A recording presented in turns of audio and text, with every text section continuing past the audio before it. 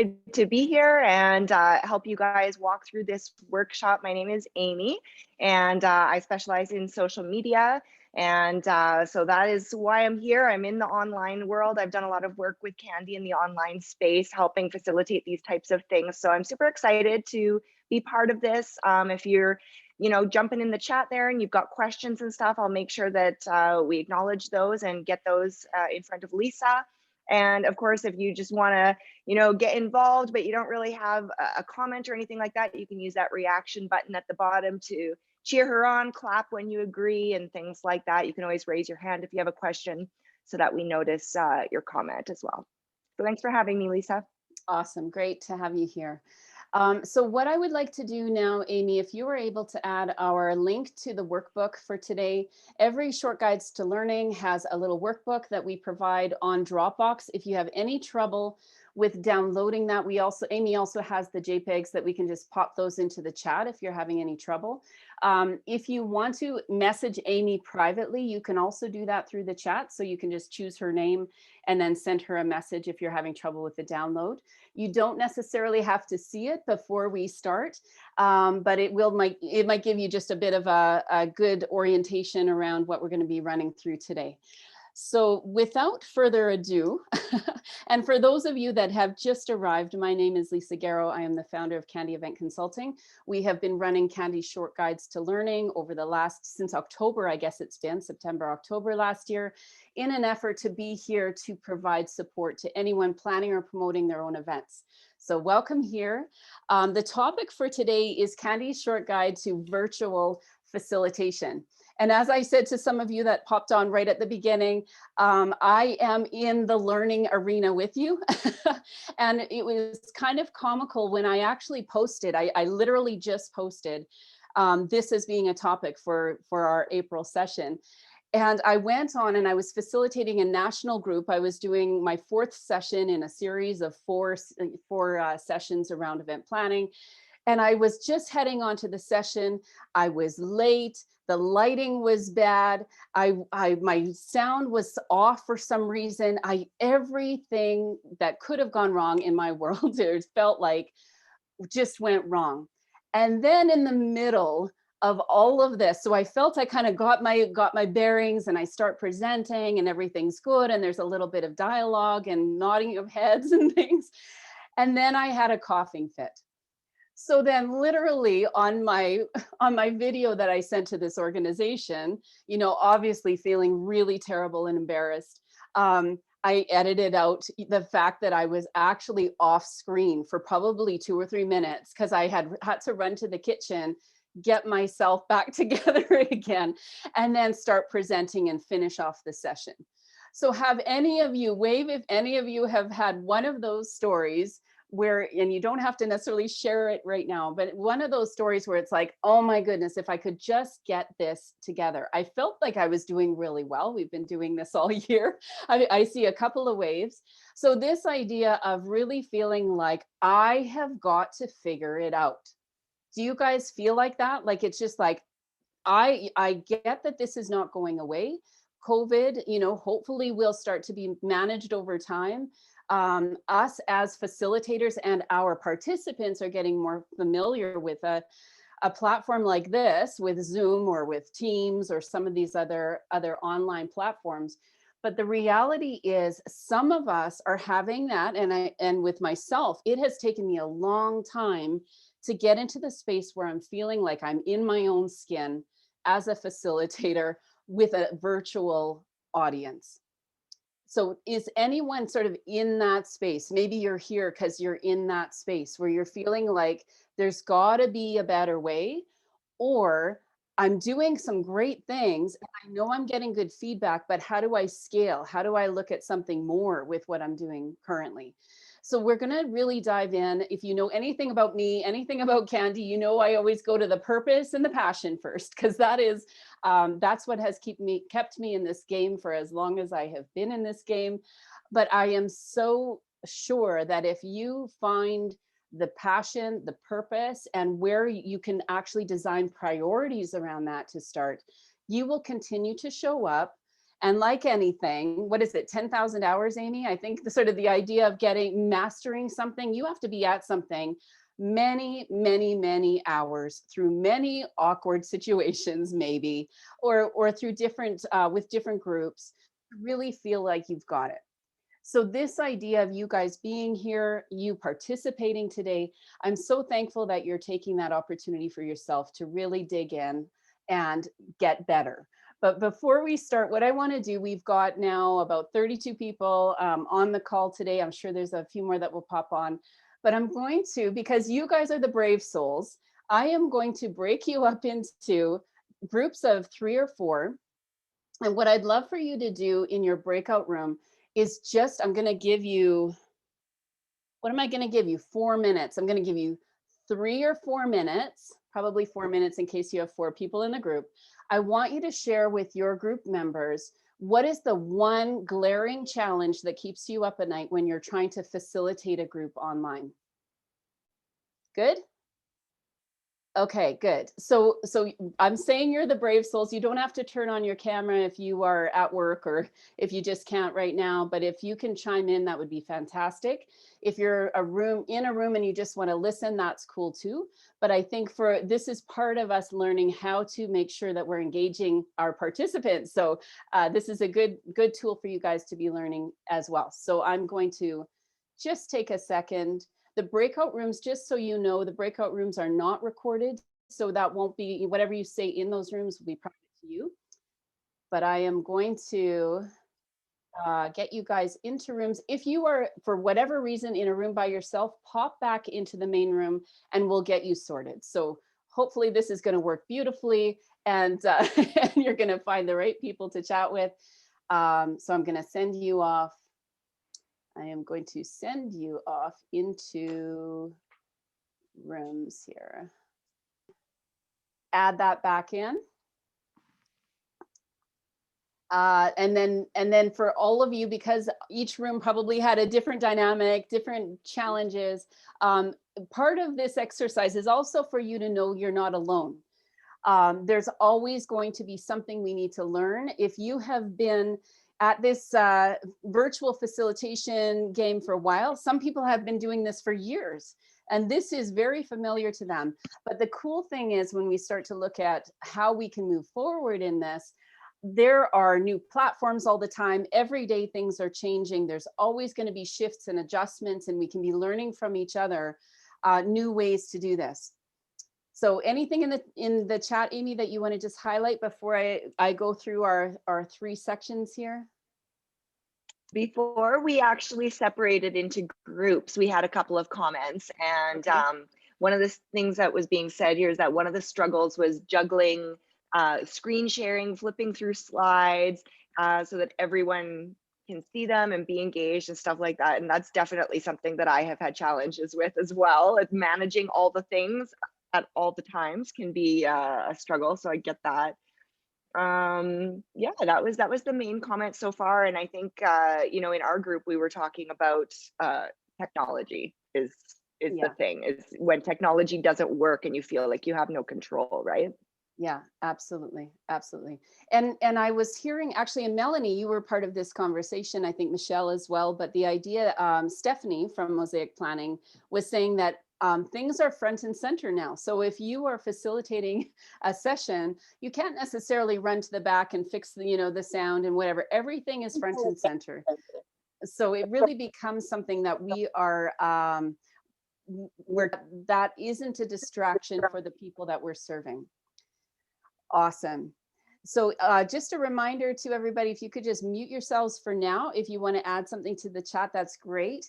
And I will try not to go too rapid fire that you guys are not getting value, but this is a shorter session today. I know that there's a lot of questions around technology. We'll touch on that a little bit. But where I want to start here is this idea of facilitation. And what I love to do as I start to build these workshops is look at definitions, look at what does it actually mean. And when I was looking at what does virtual facilitation and in general, what does facilitation mean? Some of us in the past, and I'll again include myself in this, I used to have rooms of people where I would have tables, and they'd be eating, and there was a dynamic. And how my friend Michelle says, the energy in the room is what's creating that, back and forth between people. It was very difficult for me a year ago to start to understand, how can I create that energy without it just being a performance, without it just being a presentation or a talking head. And a lot of us are not sure how to transition, because it is so necessary for us to have more of a presentation format than it is maybe a participatory format, because some people may not, and nothing against people that have their video off today, but some people may not even chime in. You're not sure what they're thinking. You can't feel the vibe. Anyone have that challenge when they're feeling like it now has become more of a presentation and more of a performance? I've had to get over that myself. I've had to say, even how I'm talking today, I would probably be more leaning in and looking you guys in the eye if I was face to face. So for me, I had to get out of my own sort of routine or my own way of doing things to allow myself to present, but also find ways that we can have this interchange with each other. Throughout I have information to share, but at the same time, this needs to be a back and forth. So the idea of a facilitator being an accelerator, a helper, a booster, an activator, an enabler, an encourager. How many of you guys feel like you're in that space where you want to? Cool thing about what that means is that it's not just that you're necessarily just a speaker, author, and you want to tell the world what you have to tell the world and shout it from the mountaintops. You truly want to engage and help and know that they're picking up what you're putting down, right?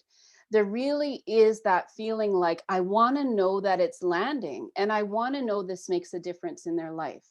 And it won't, and not everyone's going to be at the same, place and time and understanding it or adopting it in the same way. That's not what we're looking for, but just that there's this opportunity for people to engage with the material and learn how to apply and adapt it to themselves.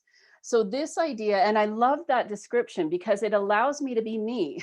It allows me not just to have to move into a space of just being sort of the talking head in the room. So for you guys, this idea of creating clarity, maybe there's plans that you're creating through the work that you're doing. Maybe there's some kind of learning you want to impart. If you're a coach or a facilitator, maybe you've written a book and now you're doing a workshop around that topic. There is a certain amount of presentation that needs to happen.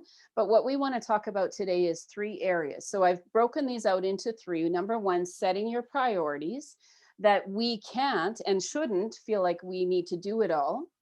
Number 2 is serving our participants, that we are there as facilitators to set the stage for engagement. So that's super important for us. Number 3 is to share this presentation. So as much as I'm presenting, I want to share the floor.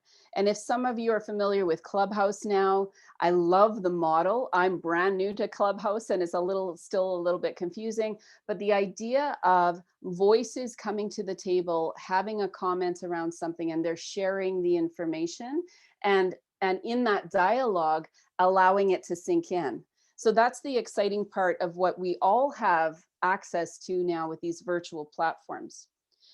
So the first, Amy, do you want to just, because some came in a little bit late, do you want to add that link to the PDF in there as well? And maybe just the JPEG that is the sheet with the 3 points or the 3 areas?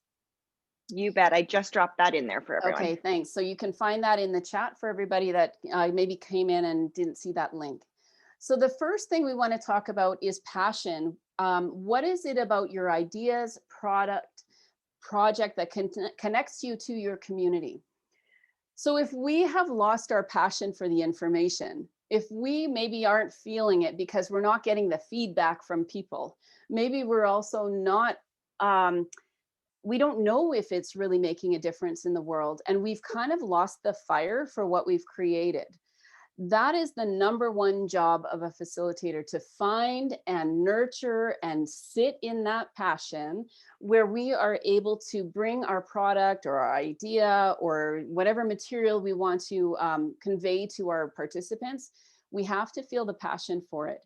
And some people say to me, well, what if it's not sort of a cause for the community? Or what if it's not something fancy? What if it's just a team meeting? You better believe as leaders, it is almost more important for us to show up with our passion intact so that people can feel the energy of what you're trying to say, and that you really care that your team, let's say, is cohesive.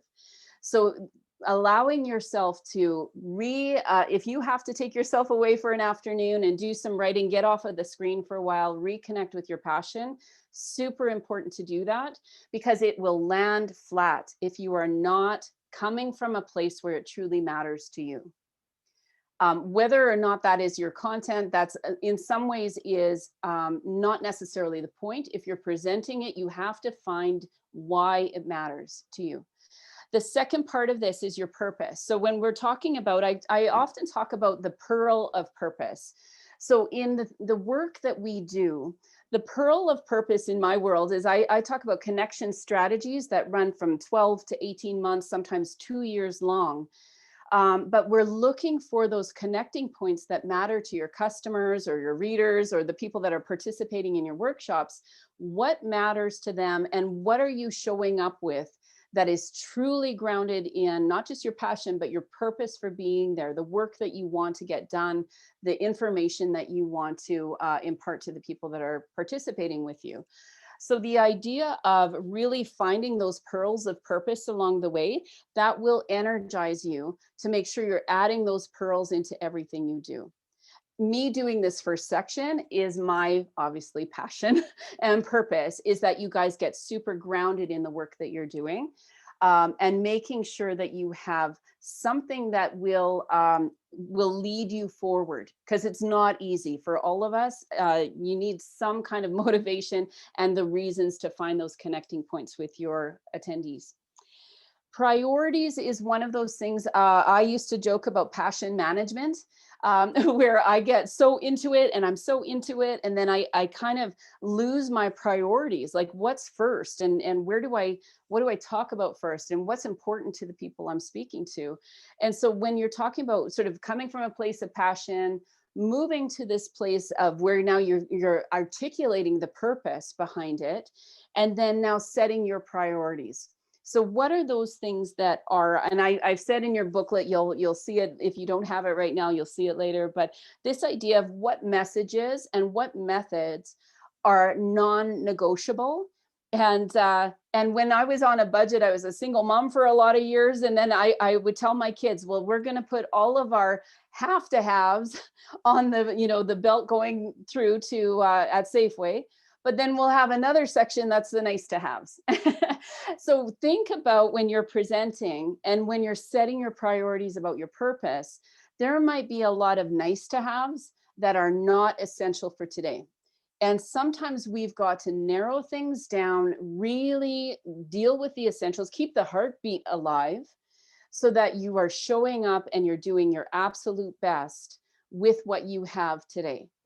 Because the idea of us somehow all getting $1 million to hide, okay, maybe it's not $1 million, and there's probably some tech people on the call today, but if you have to hire someone to do your production, that might be a barrier for you. If you have to maybe take a 6-month course on technology, that might be a barrier for you, or spend a lot of money. There's all sorts of reasons why we stop ourselves from progressing.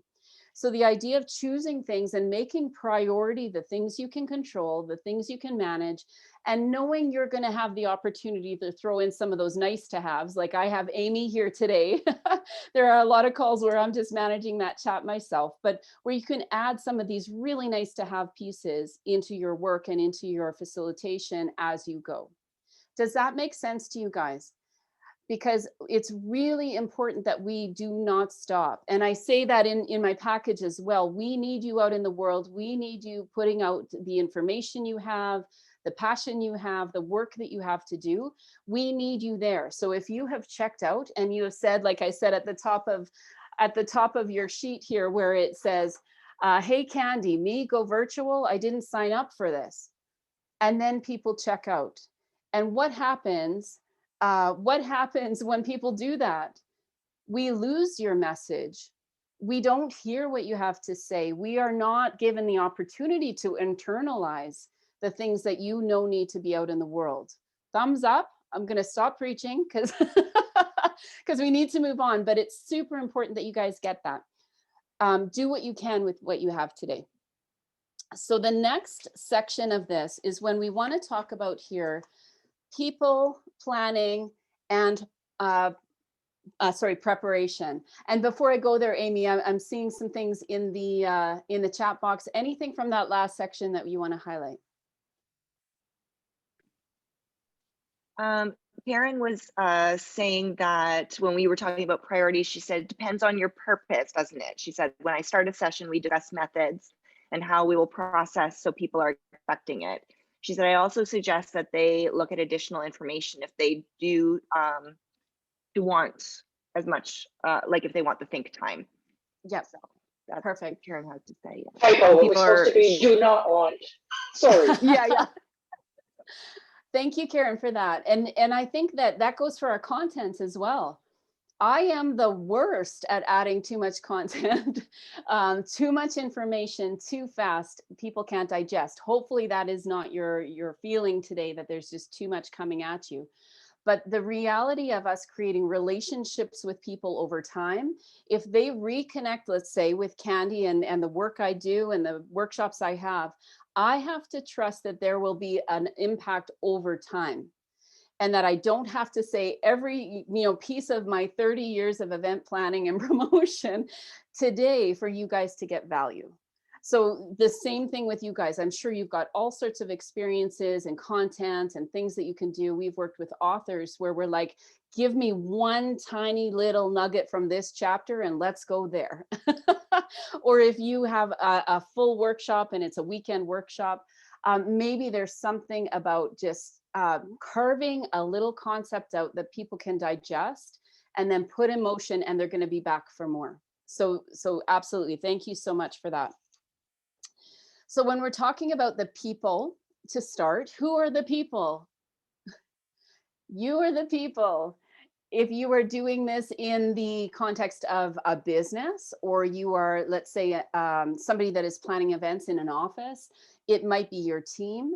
It might be also yourself. There might be partners or people in your world that are part of this equation. We could call them stakeholders, or we call them your team members, or we call them people that are really, they're attracted to what you're doing. They're passionate that this work gets done and that you are facilitating well. And that these people may, like I said in your booklet, they might be required to be there, but that we have to look at who they are, why they are there, what are they trying to get out of that experience, and from that start to inject pieces into our facilitation that will answer those questions for them. There's nothing worse than getting to the end of a meeting and people are like, well, what about item number 5? Or what about your main concept about your book? Because that's why I came here. Why are they attracted to you, what you have to say? Why are they called or required to be there? Make sure the heart of what you're trying to present is there. Number 2 in the second section is the planning. So what elements will you include to ensure that your purpose, priorities, all of that is held in place? So this idea of planning from a place of purpose is super, super important, but also will energize you. Because when you start to see, and maybe it's just me because I am a total planner geek, but I love to see when you can see the timing on something. You can see where my purpose is showing up here, or I can lean in and I can really address this priority here. Knowing that is part of your pain, it's part of what the challenge is. We heard a little earlier about technology being a real challenge. I think we are in this incredible shift where as we start to plan within this shift, I often say, and even Candy, the name Candy, people are like, oh, well, you obviously don't take things seriously because that's just a goofy name. I am somebody that definitely works with excellence. I'm a perfectionist in a lot of ways, but I also like to have freedom for things to happen, freedom for conversations to happen. So when you're planning, build your framework, make sure it's tight and strong. And we only have an hour today, so I'm staying within this hour because that's what you've given me of your time. within that, where can we kind of move and shift and address something and have some fun with it? That's what people will continue to come back to. So in your planning, make sure it's not just sort of the schedule of the meeting, but where are you offering a little bit of margin where you can play, or we threw you guys into breakout rooms and I didn't warn you about that earlier. So, so thanks for playing along. But this idea of where can we have a little bit of margin to play? When you're preparing, this is the third point under the second section, but preparing is where you must change, adopt, or include things in this conversation, like I was saying earlier in the planning, where it's going to be received well.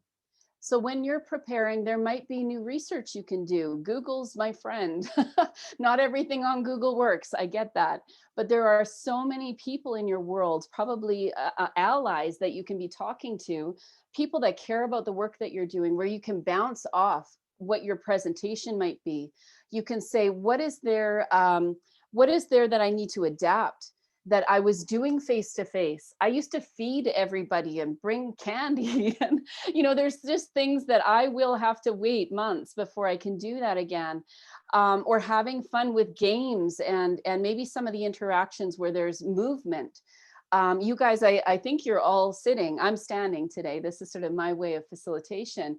But there are things that we're missing that maybe in your preparation, if your group is one that loves to be active or loves to show something new, maybe you have people, I won't make you do that today, but maybe you have people stand up and actually do some kind of movement to get their brains moving and the blood flowing. And especially if you're doing these longer, even a full day conference or 3-day conference, where are you actually preparing to let them off the hook? Like maybe say, okay, now everybody turn your cameras off. Like that would be something new. or where you're asking people to have that conversation with each other or pop on and share something interesting. Even things like pulling their environment into the conversation, where maybe there's, they can choose their favorite book and talk about that favorite book. So the idea of preparing, but that preparation has to be grounded in the people that you're wanting to serve. Because I can prepare till the cows come home, but if I'm not connecting well with the people we truly want to serve, and in this case, you guys, for me, then I've missed the mark somewhere. Something's off, and I have to do the tweaking and the adjustment. Before I keep going, Amy, anything in the chat box that we could throw into the conversation? Absolutely. James Russell actually had a question for you. He said, do you have any quick tips for connecting with your people prior to the session? Any software tools to get info about them and their ideas before? Could you repeat that, Amy? Because there's a couple of layers to that one. Yeah, so the first question was any quick tips for connecting with people prior to the session? And then the second part was if there were any software tools to get info about your people and their ideas prior to the session. Right. So I am working with a client who happens to be online right now with us, which I won't mention. But we are working with LinkedIn groups, chats on LinkedIn. How many of you use LinkedIn to communicate with your groups? Some of you. There is a new as of a year ago, tool where you can create events on LinkedIn. And one of the cool things that I love about that is you can actually start a group chat where people can feed in, they can pop in, they can ask questions. I found it really valuable. I've only started using that tool over the last 2 months-ish. But I found that people are really wanting to pop on. Maybe some of you are on our chat on LinkedIn, that are here today, where I can be asking questions and I can be saying, where are you guys at? And as I'm preparing for this, kind of allow that conversation to happen. Some people will send out personal emails, like it depends how big your group is, personal emails. Michelle, I think, is still on the call somewhere, but Michelle runs community engagement for a women's group, and they have an app that they use. So there's a ongoing conversation before and after these workshops or before these meetings, where you're in dialogue and then you just happen to show up, have this conversation together, and then you're still connected with them. And so I always talk about these connecting points aren't just, oh, Michelle's still here, aren't just about one and done. And we used to sometimes treat our events or our meetings or our workshops like that, where we would just have the one hit wonder. And then if we have another book come out, or if we have another meeting we've got to have, or another decision to be made, then there's something, there's a disconnect when we're calling people back. I think maybe we were more familiar with that. But what happens now, because we have this ability to create, not just on social media, but I think I just saw Michelle's Mighty Networks link just pop up there as well. But there are apps you can use to help create community around the work that you're doing. This can be for in-house teams. Slack is, I am not necessarily a fan of Slack, but Slack is one of those tools that you can be using to have ongoing conversations with groups of people that are like-minded or they have a job to do. But certainly something like Mighty Networks, if you guys are using something that will support, I think it was James or anyone else on the call, you can pop those into the chat as well. Does that answer the question, James, sort of? Yeah, awesome. Okay. The last section, and I just have to watch my time here. The last section here, I think is one of the most misunderstood. And as much as I have been talking for now, what has it been, Amy, half an hour without hearing a lot of you, the idea of moving from, a lot of the reading that I was doing was about moving from being a presenter to being a facilitator, and this exchange that keeps happening, and where there's a back and forth that's happening.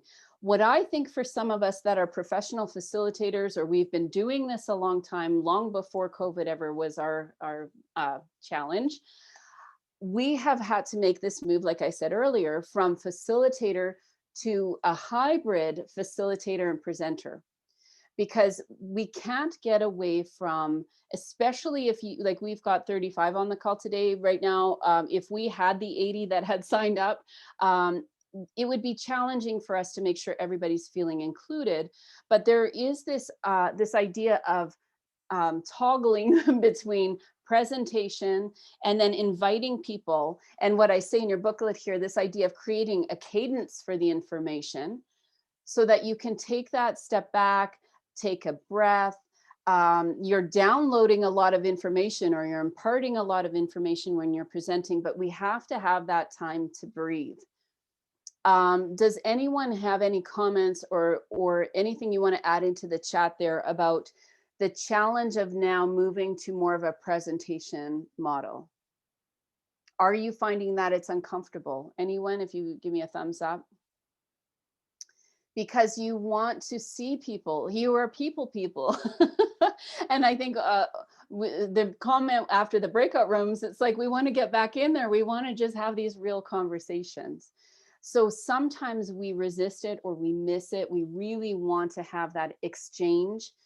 But I'll challenge you a little bit in that, because if you were built like me, I grew up in a service family where we were all about connecting well with others outside of our little circle of our family.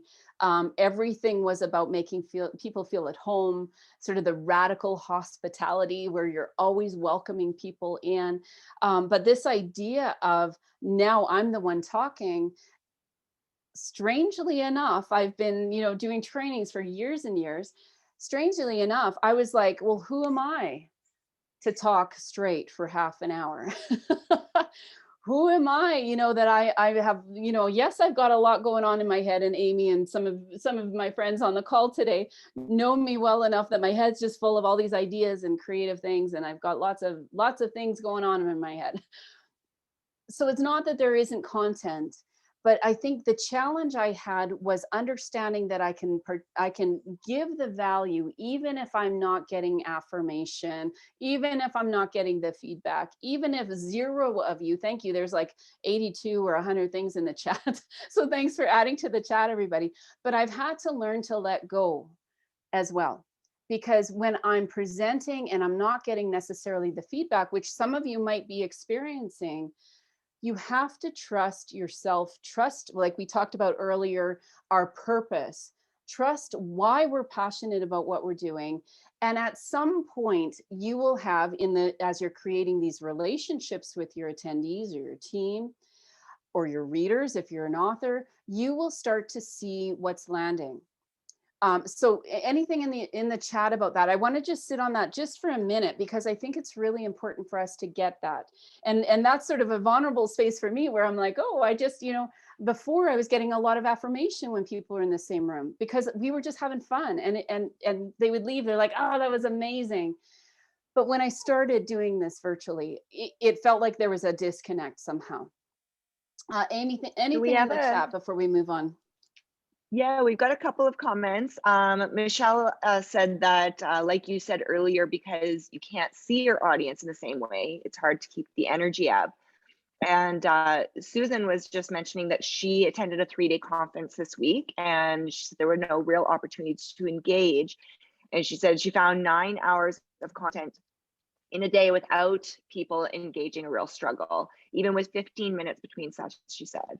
And she said exactly what you're saying here is a challenge for some speakers to engage virtually. What happens on a stage in front of an audience doesn't always translate to virtual, and she'll be very happy to go back to live events.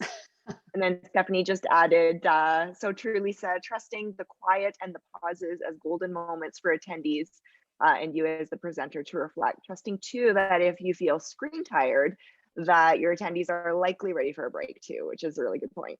Fantastic, fantastic. I think that there is something to, I run this, it's called the Planners Pop-In. So if you guys, it's free. We just have discussions every Wednesday morning. I'm at Mountain Standard Time here in Calgary. But we've been having these really great conversations about what does this all feel like? What it's uncomfortable for some of us. And what does this look like for us to lean into each other and give grace in all of us learning? Thank goodness. I do have to tell this really funny story. I know that we're running short on time, but this story of my mom, celebrate 88. She was turning 88 years old at Christmas time. Everything is in lockdown. Her friends can't see her. How are we going to celebrate? And I tell you, getting how many were on the call? 30 something of her friends onto Zoom and literally into the party on Zoom was a challenge. Like there, all sorts of challenges around the technology and where do I click and what do I do? And they're talking to their dogs in the background, and then we're singing songs, and it was just so incredibly beautiful and comical, this whole process. But what was very cool about it was there was an adoption to the platform, which allowed people now to say, oh, now I can talk to my grandkids, or now I can join that thing. I was getting that link. I didn't know what it was all about. So the training that I was able to do with my mom's friends to get them into this party, in the end, became a gift, as much as it was incredibly messy. And everyone was showing up whenever they were showing up. And I'm on the phone while, my husband's trying to sing the birthday song and, with his guitar. But the whole thing was just this beautiful expression of, we're all just going to try it because we care about Mary. And I believe that the people that are following you, the people that care about the work you're doing as a coach or an author or a team lead, they want to show up for you. And there's so much of this back and forth that can happen where we are literally in this Zoom room together and in this challenge together, where if we're honest and upfront and comfortable with some of these ways of doing things and the technology around this, that it allows us to show up as our best.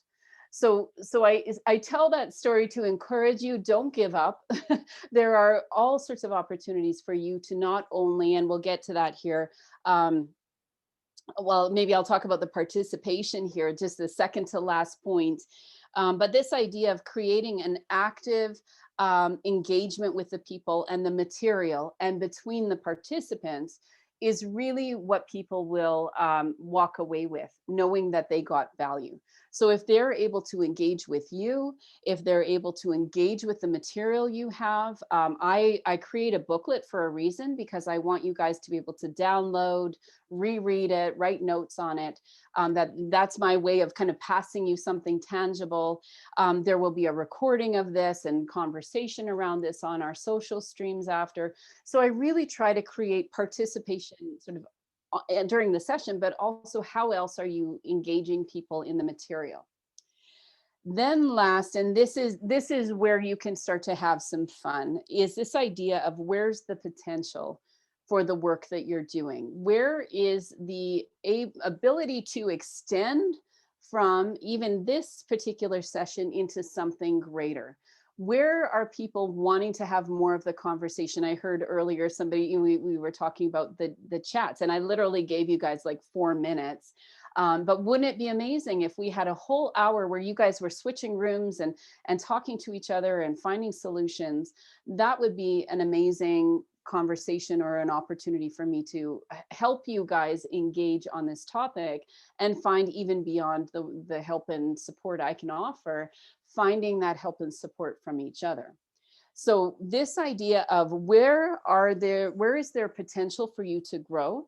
And what I say in your booklet is what aspects of your unique group experience can be repeated, adapted, or scaled up. And if you allow yourself to actually sit on it, and for me, when we do one of these, I also look at this, like, how can I repeat a workshop that, works, that I feel like there's a flow, that I feel like, things are, there's engagement with the participants. How can I start to repeat that? And like I said earlier, not have to reinvent the wheel every time, because the more often you show up, the more impact you're going to have. How can I adapt? So let's say Zoom, in time becomes sort of everywhere, but there's a new platform. there's another way for us to connect. What if that would be more of service to the people I want to speak to? And scaling up. So this potential of scaling what you're doing, where it's actually not just about, I was joking about this on another workshop before, but us four and no more. Like, we had a great morning, and then what if we decided to meet every week, and then we're just kind of closing the doors?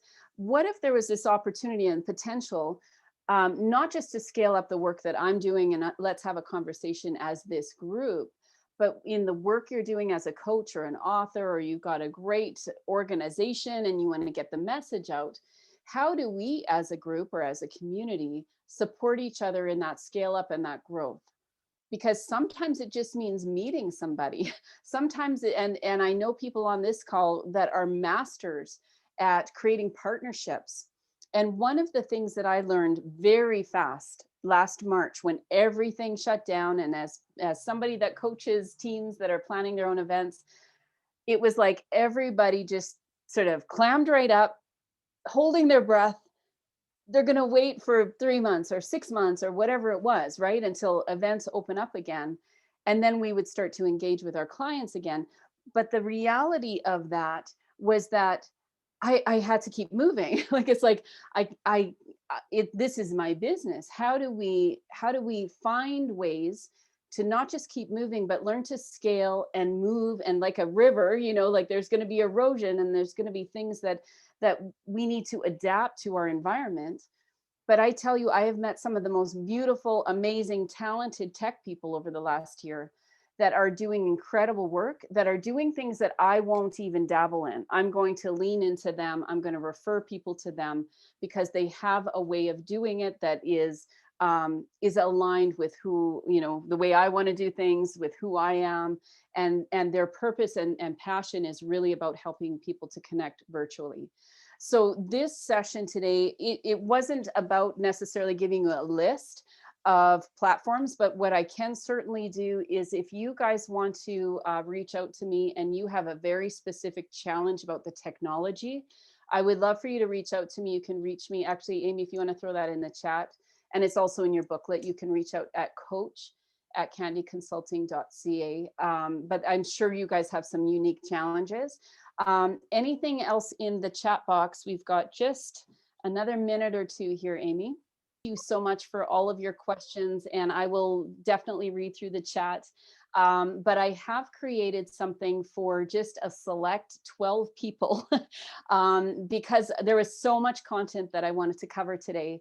And I think Amy just popped that into the chat. It's not sort of on all of our social streams or even on my learning calendar yet, or 12 facilitators that want to come on a 3-hour journey with me where we're actually going to work through your facilitation online. We're going to give you templates. We're going to walk through how do you actually create your world of facilitation with the right platform, with some templates to send out as emails.